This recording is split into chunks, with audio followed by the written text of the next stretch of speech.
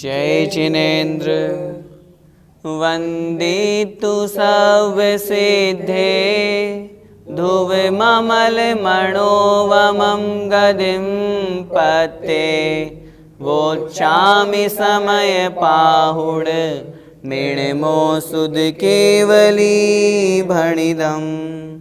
पंच परमेष्ठी भगवान की जय हो। हमने समझा किस प्रकार यह जीव कर्म के साथ में अनादिकाल से जुड़ा हुआ है, लेकिन फिर भी आज तक जो चेतन स्वरूपवान जो जीव है वह कभी कर्म रूप में परिणमित नहीं हुआ, कभी कर्म जीव रूप में परिणमित नहीं हुआ। लेकिन वास्तविकता में दोनों साथ में ही हैं। अनादिकाल से आत्मा के साथ में कर्म जुड़े हुए हैं। वो किस कारण से जुड़े हुए हैं, उन दोनों के बीच में कौन सा संबंध है? आचार्य भगवान कहते हैं निमित्त नैमित्तिक संबंध है। वह निमित्त नैमित्तिक संबंध कैसे होता है, किस प्रकार होता है, इस सब बात को आज की इस कक्षा में हम समझेंगे। गाथा क्रमांक 86। जीव परिणाम हेतुम, जीव परिणाम हेतुम कम्मत्तं पुग्गला परिणमन्ति, कम्मत्तं पुग्गला परिणमन्ति पुग्गलकं निमित्तं पुग्गलकं निमित्तं तहेव जीवो विपरिणमति। तहेव जीवो विपरिणमति। बोलिए जीव परिणाम हेतुम कम्मत्तं पुग्गला परिणमन्ति पुग्गलकं निमित्तं तहेव जीवो विपरिणमति। जीव परिणाम हेतुं कम्मत्तं पुग्गला परिणमन्ति पुग्गलकं निमित्तं तहेव जीवो विपरिणमति। आइए गाथा का अर्थ समझते हैं। जीव परिणाम हेतुम, जीव अर्थात जीव के, परिणाम अर्थात परिणाम जो भाव हैं उनके, हेतुम अर्थात निमित्त से, हेतु से, कारण से, जीव के परिणामों के कारण से, कम्मत्तम पुग्गला परिणमन्ति, कम्मत्तम अर्थात कर्म रूप में, कर्म रूप में, पुग्गला अर्थात जो पुद्गल है, परिणमन्ति अर्थात परिणमित होते हैं। जो पुद्गल है वह कर्म क्यों बना? उसने जीव के परिणामों का निमित्त प्राप्त किया। कार्मण वर्गणाएं जो पुद्गल की हैं, जो पुद्गल के भेद रूप हैं, वे कार्मण वर्गणाएं कर्म रूप में कब परिणमित होती है? जीव के परिणामों का निमित्त प्राप्त करके। इसलिए आचार्य भगवान यहाँ पर कह रहे हैं जीव परिणाम हेतुम, जीव के परिणामों का निमित्त पा करके, पुग्गला अर्थात जो पुद्गल है, जो कार्मण वर्गणाएं हैं, कम्मत्तम परिणमन्ति, वे कर्म रूप में परिणमित होती है। पुग्गल कम्म निमित्तम, और जो पुद्गल है उस पुद्गल रूप जो कर्म है, कार्मण वर्गणा जो कर्म रूप में परिणमित हुई, वे कर्म भी तो पुद्गल ही हैं। तो उन पुद्गल कर्मों के निमित्तम अर्थात निमित्त से, तहेव इसी प्रकार, जिस प्रकार जीव के परिणामों के निमित्त से पुद्गल कर्म रूप में परिणमित हुआ, तहेव उसी प्रकार पुद्गल कर्म के निमित्त से जीवो विपरिणमति, जीव भी परिणमित होता है। जीव भी किस रूप परिणमित होता है? जीव भी रागद्वेष रूप मिथ्यात्व रूप परिणमन करता है। कहने का तात्पर्य, जब जीव के कर्म का उदय आता है, उस कर्म रूप उसकी परिणति होती है। रागादि भाव का उदय आने के कारण से, कषाय के उदय आने से वह जीव रागी द्वेषी बन जाता है। वह जीव रागी द्वेषी क्यों बना? उसमें निमित्त क्या बना? पुद्गल कर्म। और उन पुद्गल कर्मों के निमित्त से जीव के परिणाम वैसे बन जाते हैं। इसलिए आचार्य भगवान ने यहाँ पर ये गाथा लिखी। एक बार फिर से एक एक शब्द का हम अर्थ समझते हैं। जीव परिणाम हेतुम, जीव के परिणामों के निमित्त से, भावों के निमित्त से, कम्मत्तम कर्म रूप में, पुग्गला अर्थात जो पुद्गल है वह परिणमन्ति अर्थात परिणमन करता है। जो पुद्गल है वह कर्म रूप परिणमन करता है। कब परिणमन करता है? जीव के परिणामों के निमित्त से। तहेव उसी प्रकार पुग्गल कम्म निमित्तम, पुद्गल कर्म के निमित्त से जीवो विपरिणमति, जीव भी परिणमन करता है। कषाय रूप उदय आया, कषाय रूप पुद्गल कर्म का परिणमन हुआ, उस निमित्त से जीव भी कषायी बन गया, जीव भी रागी द्वेषी बन गया। इस प्रकार समझना चाहिए। गाथा का भावार्थ देखें। पुद्गल जीव के रागादि परिणाम के निमित्त से कर्म रूप में परिणमित होते हैं, अर्थात जीव जब राग द्वेष करता है तभी वे कार्मण वर्गणाएं कर्म रूप में परिणमित होती है। इसी प्रकार जीव भी मोहनी आदि जो पुद्गल कर्म हैं उनके निमित्त से रागादि भाव रूप से परिणमन करता है। जीव स्वयं परिणमन नहीं करता, जब उसके साथ में पुद्गल कर्मों का निमित्त जुड़ता है तब वह जीव भी मोही, रागी, द्वेषी इन संज्ञाओं को प्राप्त होता है। भैया जी, यहाँ पर प्रश्न है कि जो पुद्गल है वह कर्म रूप परिणमन कैसे करता है? हमने गाथा में पहला ही शब्द पढ़ा, जीव परिणाम हेतुम, जीव के परिणामों के निमित्त से। जीव जब परिणाम करता है अर्थात जब राग द्वेष करता है अथवा योग करता है, मन वचन काया की चंचलता होती है, तब वे जो पुद्गल है वे कर्म रूप में परिणमित होते हैं। तीनों लोकों में कार्मण वर्गणाएं ठसाठस भरी हुई है। कार्मण वर्गणा किसे कहते हैं? पुद्गल का वह परमाणु जिसमें कर्मरूप परिणमित होने की शक्ति हो वह कार्मण वर्गणा कहलाती है। तीनों लोकों का ऐसा कोई स्थान नहीं है, ऐसा कोई पिन पॉइंट नहीं है जहाँ पर कार्मण वर्गणाएं ना हो। जीव के परिणामों के निमित्त से जीव ने राग द्वेष किया, जीव ने भाव किया, जीव ने किसी प्रकार का कोई योग किया, उस निमित्त से वे कार्मण वर्गणाएं कर्म रूप में परिणमित हो जाती है। तो जो पुद्गल है वह कर्म रूप में तभी परिणमित होता है जब जीव राग द्वेष आदि भाव करता है। भैया जी, जीव किस तरह परिणमन करता है और क्यों? जिस प्रकार जीव के परिणामों का निमित्त पा करके वहाँ पर पुद्गल वर्गणा ने अथवा कार्मण वर्गणा ने कर्म रूप में परिणमन किया, ठीक उसी प्रकार उन पुद्गल वर्गणाओं का, पुद्गल कर्मों का निमित्त प्राप्त करके जीव भी परिणमन करता है। उदाहरण से हम समझें, हम किसी के प्रति क्रोध कषाय करते हैं, गुस्सा होते हैं। क्यों होते हैं? क्योंकि हमारे क्रोध कषाय का उदय है, तभी तो हम गुस्सा हुए, तभी तो हम क्रोधी कहलाए। तो क्रोध कषाय क्या है? क्रोध कषाय कर्म है। कर्म क्या है? पुद्गल है। तो उन पुद्गल कर्मों का निमित्त प्राप्त करके जीव भी परिणमन करता है। और क्यों करता है? उसका सबसे बड़ा कारण है उसके साथ में राग द्वेष जुड़ा हुआ है, उसके साथ में मन वचन काया की चंचलता जुड़ी हुई है। और आचार्य शास्त्रों में लिखा है, जहाँ तक योग है वहाँ तक कर्म का आश्रव है। मन वचन काया के निमित्त से जब वह कषाय भाव होता है तब कषाय और योग के निमित्त से आश्रव बंद होता है। जब कषाय का अभाव हो जाता है तो मात्र योग के निमित्त से आश्रव होता है। और जहाँ फिर योग भी नहीं रहता तो फिर जीव के वहाँ कोई परिणाम नहीं होते हैं। इस कारण से वहाँ उस जीव के किसी प्रकार का कोई भी आश्रव नहीं होता। गाथा क्रमांक 86 का पद्यानुवाद पढ़ते हैं। है जीव में विकृत रागमयी दशाएं, तो कर्म रूप ढलती विधि वर्गणाएं। मोहादि का उदय पाकर जीव होता, रागादिमान फलतः निज होश खोता। पद्यानुवाद में बिल्कुल स्पष्ट चर्चा की है, जब जीव में राग द्वेष रूप विकृत दशाएं होती हैं तो वे जो विधि वर्गणाएं हैं, कार्मण वर्गणाएं हैं, वे कर्म रूप में परिणमित हो जाती है। और जब वही जीव मोह आदि का उदय का निमित्त प्राप्त करता है तो वह राग द्वेष रूप परिणमन कर जाता है। इस प्रकार जीव और कर्म का हमें संबंध जानना चाहिए। इस संबंध को क्या कहते हैं? निमित्त नैमित्तिक संबंध कहते हैं। इसी बात को आचार्य भगवान अगली गाथा में और समझा रहे हैं। णविकुवदिकं गुणे, जीवो कम्मं तः एव जीव गुणे। जीवो कम्मं तहेव जीव गुणे। अर्णोर्निमित्तेन दु, अर्णोर्निमित्तेन दु। परिणामं जान दोर्णम्पि।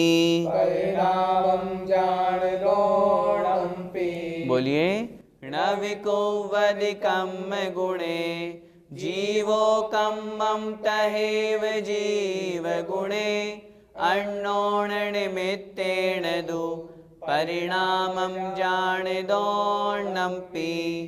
न विकुवद कम्म गुणे जीवो कम्मं तहेव जीव गुणे अन्योन निमित्तेन दु परिणामं जान दोर्णम्पि। जीव के परिणामों का निमित्त प्राप्त करके जो पुद्गल है वह कर्म रूप में परिणमित हो जाता है। अनादिकाल से यह प्रक्रिया चली आ रही है, लेकिन फिर भी आचार्य भगवान यहाँ पर ये कह रहे हैं कि वह जो जीव है वह कभी भी कर्म रूप में परिणमित नहीं होता, कर्म कभी भी जीव रूप में परिणमित नहीं होता। दोनों का अलग अलग अपना स्वभाव है, वे अपने स्वभाव से च्युत नहीं होते, लेकिन फिर भी दोनों में अन्योन्य संबंध है। देखिए गाथा का अर्थ, णवि कुव्वदि कम्म गुणे जीवो। णवि अर्थात नहीं, कुव्वदि करता है, कम्म गुणे कर्म के गुणों को, जीवो अर्थात जीव। जीव कभी कर्म के गुणों को स्वीकार नहीं करता। कर्म के गुणों से तात्पर्य, कर्म क्या है? कर्म पुद्गल है। पुद्गल का क्या गुण है? रूप रस गंध वर्णवान होना। क्या जीव कभी रूपवान बना? क्या जीव कभी रसवान बना? क्या जीव कभी पुद्गल रूप बना? नहीं बना। इसलिए आचार्य भगवान यहाँ पर कह रहे हैं, जीवो अर्थात जो जीव है वह कम्म गुणे णवि कुव्वदि, वह जीव कर्म के गुणों को स्वीकार नहीं करता, कर्म के गुणों रूप पुद्गल के गुण रूप नहीं बन जाता। कम्मम तहेव जीव गुणे, तहेव उसी प्रकार कम्मम अर्थात कर्म भी जीव गुणे जीव के गुणों को स्वीकार नहीं करता, जीव के गुण रूप नहीं हो जाता। जीव का गुण क्या है? जीव का गुण है, आत्मा का गुण है चेतन स्वरूप होना, ज्ञान दर्शन रूप होना। क्या जो पुद्गल कर्म है वह कभी आत्म स्वरूप बना, कभी चेतन स्वरूप बना? अर्थात नहीं बना। कहने का तात्पर्य ये है, अनादिकाल से आत्मा का और कर्म का संबंध मिला हुआ है, अनादिकाल से दोनों साथ साथ हैं, लेकिन फिर भी दोनों का स्वभाव अलग अलग है। जीव कभी पुद्गल रूप नहीं बना, पुद्गल कभी जीव रूप नहीं बना। तो फिर क्या है दोनों के बीच में? अण्णोण निमित्तेन दु। अण्णोण अर्थात अन्य अन्य के निमित्त से, एक दूसरे के निमित्त से, परिणामम अर्थात परिणमन, जान अर्थात जानो, दोहर्णम्पि अर्थात इन दोनों का, जीव का और कर्म का आपस में जो परिणमन होता है, इस परिणमन को एक दूसरे के निमित्त से जानो। और इसी निमित्त को यहाँ पर निमित्त नैमित्तिक संबंध कहा जाता है। जीव के परिणामों के निमित्त से कार्मण वर्गणाएं कर्म रूप में परिणमित होती है, उन कर्म के उदय का निमित्त प्राप्त करके जीव तद्रूप परिणाम करता है और रागी द्वेषी बन जाता है। तो इन दोनों के बीच में इस प्रकार का निमित्त नैमित्तिक संबंध यहाँ पर जानना चाहिए। एक बार फिर से गाथा का अर्थ देखें, णवि कुव्वदि कम्म गुणे जीवो, अर्थात जो जीव है वह कभी भी कर्म के गुणों को स्वीकार नहीं करता, कर्म के गुण रूप अर्थात पुद्गल रूप नहीं हो जाता। तहेव उसी प्रकार जीव गुणे कम्मम, अर्थात जो कर्म है वह भी जीव के गुणों को नहीं करता है, अर्थात जीव के जो गुण हैं, आत्मस्वरूप है, चेतनवान है, वह कर्म रूप कभी भी परिणमित नहीं होता है। अण्णोन निमित्तेन दु, परंतु, दु मतलब परंतु, अन्योन्य निमित्त से, एक दूसरे के निमित्त से, जीव कर्म के निमित्त से, कर्म जीव के परिणामों के निमित्त से, आपस में उन दोनों में परिणामम जान अर्थात उन दोनों का आपस में परिणमन होता है। क्योंकि दोनों द्रव्यों में परिणमन होना है, तो दोनों द्रव्यों में परिणमन स्वयमेव नहीं होता, एक दूसरे के निमित्त से होता है। इस प्रकार निमित्त नैमित्तिक संबंध जानना चाहिए। गाथा का भावार्थ देखें, जीव कर्म के गुणों को नहीं करता है, इसी प्रकार कर्म भी जीव के गुणों को नहीं करता है, परंतु एक दूसरे के निमित्त से इन दोनों का परिणमन जानो, अर्थात इन दोनों में इस प्रकार से निमित्त नैमित्तिक संबंध जानना चाहिए। भैया जी, जीव कर्म रूप में और कर्म जीव रूप में परिणमित क्यों नहीं होता? ये तो दोनों का स्वभाव है। एक द्रव्य कभी भी दूसरे द्रव्य रूप परिणमन करता ही नहीं है। इसी सिद्धांत को तो हमें समझना है। समय सार जी का सार ही यही है। जो हम आत्मा को पुद्गल रूप शरीर रूप मानते हैं, यह मिथ्या दृष्टि की धारणा है। अन्य रूप जो मानते हैं, ये मिथ्या दृष्टि की धारणा है। इसी बात को समझाने के लिए तो हमें यह सबसे महत्वपूर्ण जो बात है यही समझना पड़ेगा कि एक द्रव्य कभी भी दूसरे द्रव्य रूप में परिणमन नहीं करता है। अनादिकाल से जीव के साथ में कर्म जुड़े हुए हैं, लेकिन मैं आपसे पूछना चाहता हूँ, क्या कभी किसी कर्म में चेतना गुण आया? क्या कभी किसी जीव में अचेतन गुण, जो पुद्गल का स्वभाव है, पुद्गल का लक्षण है, क्या कभी कोई जीव अचेतन बना? अर्थात नहीं बना। अगर हम ऐसा मानेंगे कि दोनों का आपस में संबंध होने से एक दूसरों में परिणमन हो जाएगा, तो फिर मुक्ति का ही अभाव हो जाएगा। तो फिर तो जीव अनादिकाल से कर्म के साथ में जुड़ा हुआ है, तो वह कभी कर्म बन जाता है, कभी जीव बन जाता है, फिर कर्म बन जाए, फिर जीव बन जाए, फिर तो उसकी मुक्ति ही नहीं होगी।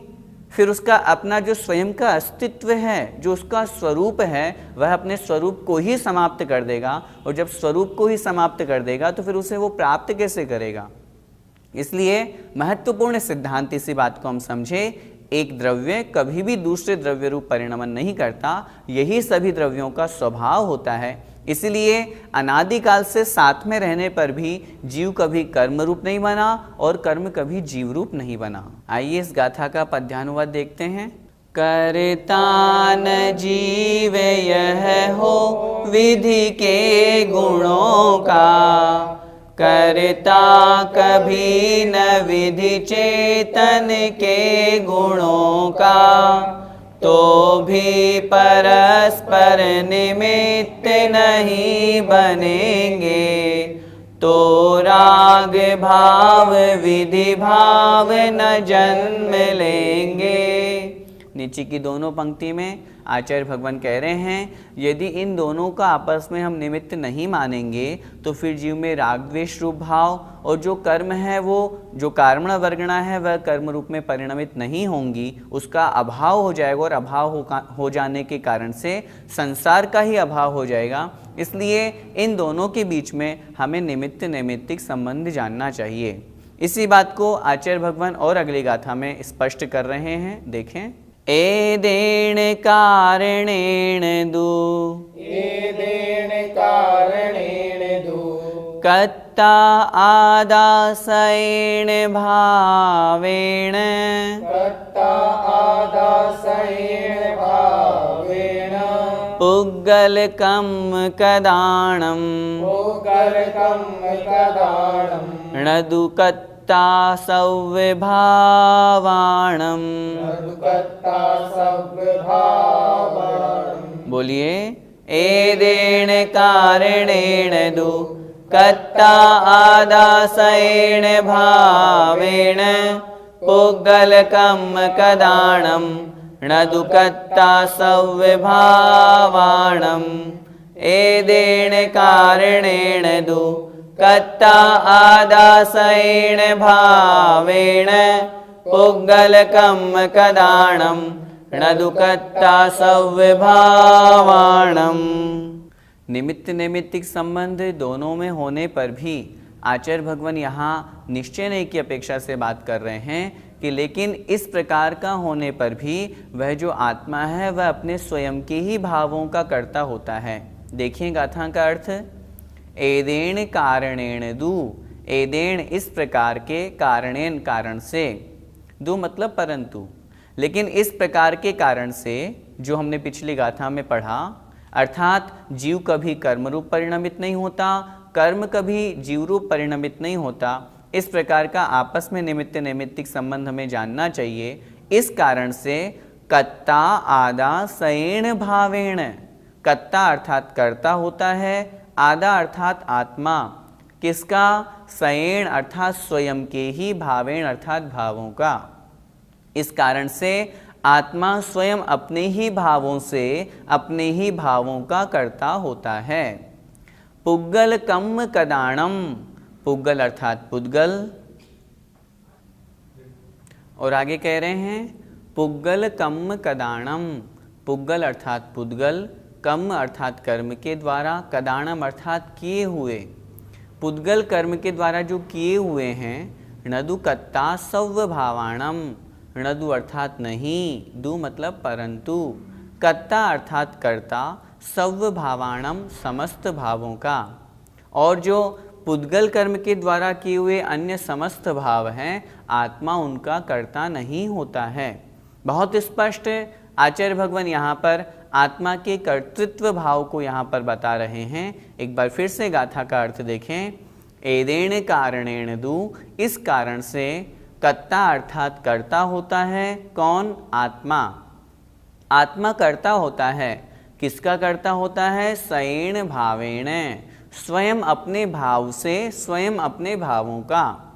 आत्मा स्वयं अपने भाव से अपने भावों का ही कर्ता होता है, परंतु पुद्गल कर्म कदाणम सव्व भावाणम कत्ताण, परंतु पुद्गल कर्म के द्वारा किए हुए जो अन्य सब भाव हैं, अन्य रूप जो परिणमन हैं, अर्थात अन्य जो रूप रस गंध आदि जो पुद्गल द्रव्य के परिणमन हैं, उनका वह आत्मा कर्ता नहीं होता है। इस प्रकार समझना चाहिए। इस गाथा का भावार्थ देखें।